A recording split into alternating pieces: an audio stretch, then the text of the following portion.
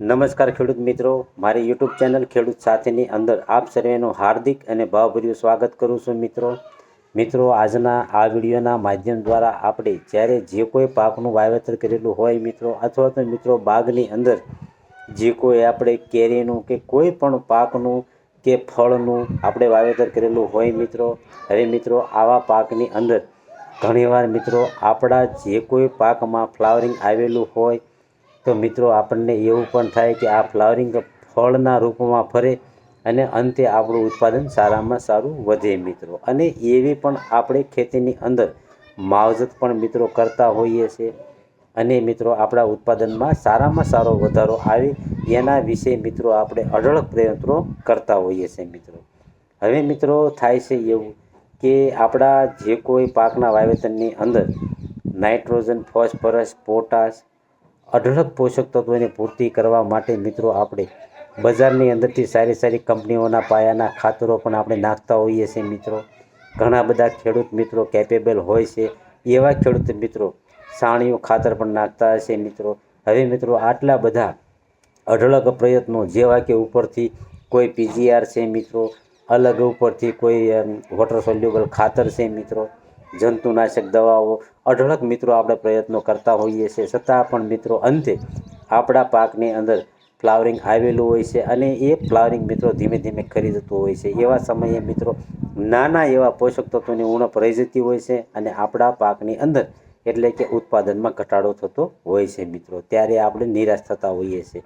તે મિત્રો આજના આ વિડીયોના માધ્યમ દ્વારા જ્યારે આપણે કોઈ પણ પાકનું વાવેતર કરેલું હોય અને મિત્રો એવા સમયે કયા પોષક તત્વોની ઉણપ ઊભી થાય છે અને એ પોષક તત્વો આપણે બજારની અંદરથી ખરીદી અને કેવા સમયે છંટકાવ કરવો મિત્રો, એના વિશે ચર્ચા કરશું કે જેના થકી આપણા ઉત્પાદનની અંદર સારામાં સારો વધારો થાય મિત્રો. તો મિત્રો આપણે જ્યારે જે કોઈ પાકનું વાવેતર કરેલું હોય એ પાકની અંદર ફ્લાવરિંગ અવસ્થા ચાલુ થઈ ચૂકી હોય એટલે કે 5 થી 10% ફ્લાવરિંગ આવી ચૂક્યું હોય મિત્રો, એવા સમયે બોરોન પ્લસ કેલ્શિયમ આ બંને મિત્રો ચિલેટેડમાં લેવાનું છે મિત્રો, જેથી કરીને દ્રાવણમાં કોઈ પણ ફેરફાર ન થાય અથવા તો મિત્રો આપણું દવાનું દ્રાવણ ફાટે નહીં, જેથી કરીને આપણા પાકની અંદર યોગ્ય રીતે છંટકાવ થઈ જાય અને મિત્રો ઉત્પાદનમાં વધારો થાય મિત્રો.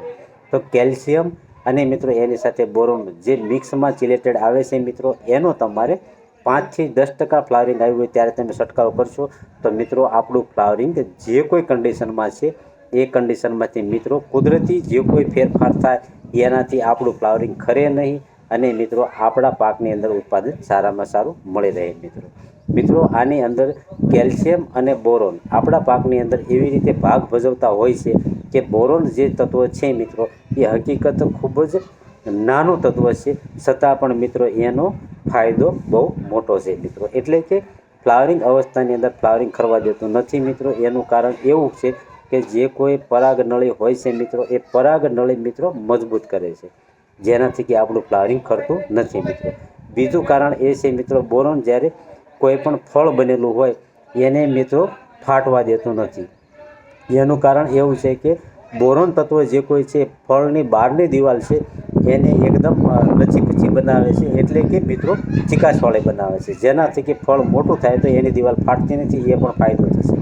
એની સાથે સાથે જે કેલ્શિયમ આપશો મિત્રો તો કેલ્શિયમ આપણા છોડના જે કોઈ નવા મૂળ છે એ નવા મૂળને બનાવવામાં મદદ કરતું હોય છે મિત્રો. એના થકી જે આજુબાજુમાં પોષક તત્વો પડેલા છે એને ખેંચીને આપતું હોય છે મિત્રો. એટલે મૂળ પણ મજબૂત કરે છે ને એની સાથે સાથે આપણું જે કોઈ ફળ હોય છે એની કોષ દિવાલ છે એને મિત્રો મજબૂત કરતું હોય છે કે જેનાથી કે આપણા પાકની અંદર સડો ન આવે અને મિત્રો આપણું જે કોઈ પાક છે એની અંદર સારામાં સારું ઉત્પાદન મળી રહે મિત્રો.